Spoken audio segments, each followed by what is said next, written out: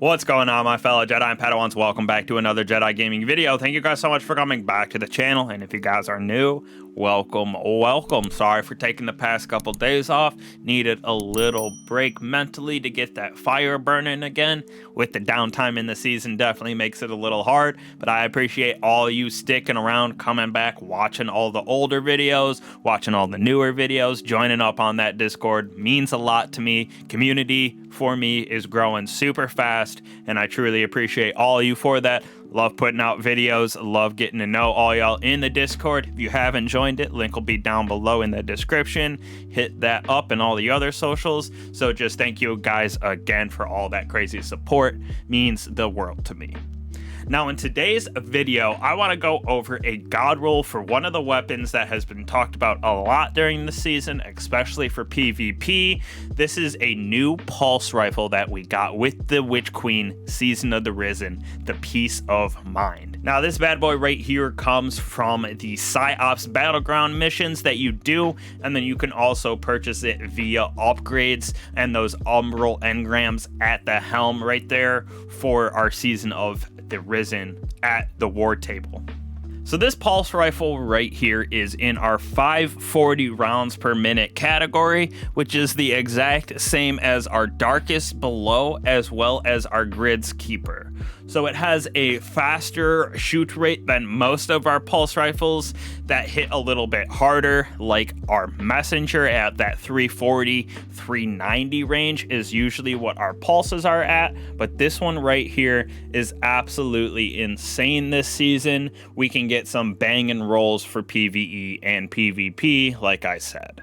So to start off here, we do have the original trait Land Tank on this. So kills grant 10 resilience plus 5 damage resistance against combatants. 5-second duration stacks up to 3 times. So this is for defeating in PvE, not really applicable to PvP. So for my PvP god roll that we got here, with this thing absolutely rips in PvP, definitely the best pulse to use right now in my personal opinion. For me, I'm personally gonna go with small bore here because it gives us 6 range and 7 stability, so this pulse won't move too much, plus that range helps since it has a little bit less range than some of our harder hitting pulse rifles. Now for that second slot, like always, we're going to go with ricochet rounds just because these things are absolutely nasty in PvP. Definitely the best perk to have in my personal opinion for this slot for PvP on basically any weapon.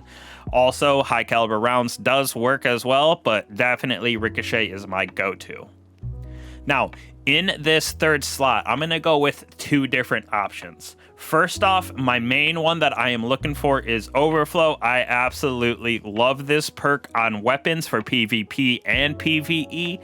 Definitely the PvE realm, it helps a lot. But PvP, when you get Overflow procced and you got 84 bullets in your pulse rifle, you basically never have to reload, especially in those 1v1 fights. Super easy to win them because they'll have to dip out and reload, and you can just keep on keeping on with all of those shots. Now to back that up as our secondary option, I'm going to go with Perpetual Motion. This is also a great way to get stability, handling, and reload when you are moving around because you're basically always moving, in my opinion, in Crucible. In our 4th slot, we really only have one that I'm going to go with here, and it's going to be Focus Fury. So dealing half of the magazine as precision damage grants a weapon bonus damage. Now this is a 20% increase in damage for 11 seconds. So when you're hitting your shots with this and you get that 20% increase, this thing absolutely annihilates super hard. The distance and the actual damage that you can get on this weapon with how fast it shoots is kind of crazy, especially compared to something like the Messenger that shoots a little bit slower until you get Desperado procced. It feels the same almost as that with a Desperado Messenger. Now, if you're really feeling, you can go Moving Target, but I really don't think that this helps nearly as much as Focused Fury. Now for PvE, where this thing also shines super hard in my personal opinion, we have a couple roles that we can go through with that third and fourth columns again. For my first slot for my barrel, as you can see, we're going to go with corkscrew rifling. Now this is because we get stability, range, and handling for this bad boy, so it just makes it overall feel better for a pulse rifle. Now you might be thinking in the second slot we're going to go with extended mag or appended mag, but I am actually not for this role. I'm going to go with high caliber rounds so we can get that +4 range and increased flinch on those enemies. Now this is just because we're going to be pairing it with a certain role for our third and fourth column, where we won't need the extra magazine size in my personal opinion. For me, my god roll definitely, like I said, going overflow here. That is why we don't need the magazines in our second column, and we can use those high caliber rounds instead, because we're going to be having overflow and pushing almost 90 rounds in this when we get it procced. It is awesome once this starts working, and you basically never have to reload. One of my favorite perks, like I said, for PvE and PvP in all seriousness. Now, if a backup for this perk, in my opinion, is this stats for all. It is a great perk, especially when you pair it with something like Adrenaline Junkie, or if this had one for all. But stats for all is great by hitting those separate enemies within 3 seconds. You get buffs to your range, stability, handling, and reload for 10 seconds. So this is super nice for that PvE realm. Now, in our fourth column, me personally, I'm going to go with Adrenaline Junkie. Love this perk. Weapon gets increased damage and handling from final blows with grenades and this weapon. So you can stack it up to 5 and it'll do a decent amount of damage. Up to you seeing right there, it goes from 6.6 all the way up to a 33% increase in damage and 20 handling for 4.5 seconds. So it's a little bit less time than something like Focused Fury, but Focused Fury is also a great addition to a secondary perk for this, just because, like I said, hitting that magazine, that precision, getting a 20% increase for 10 seconds, for 11 seconds I should say, is quite a long time, more than double of what Adrenaline Junkie does, but it does have a less damage increase, and you have to hit precision shots, so it's a little easier to just get grenade defeats or actual defeats with the weapon to get this to proc for PvE. Now, this is a craftable weapon as well,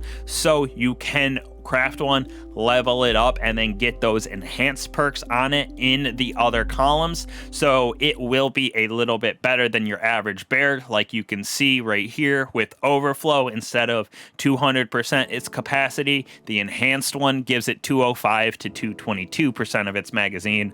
So you get an extra couple bullets within there, and then same thing goes for Adrenaline Junkie. You can't really see the bottom of it, but it does give extra damage boosts because of this perk here.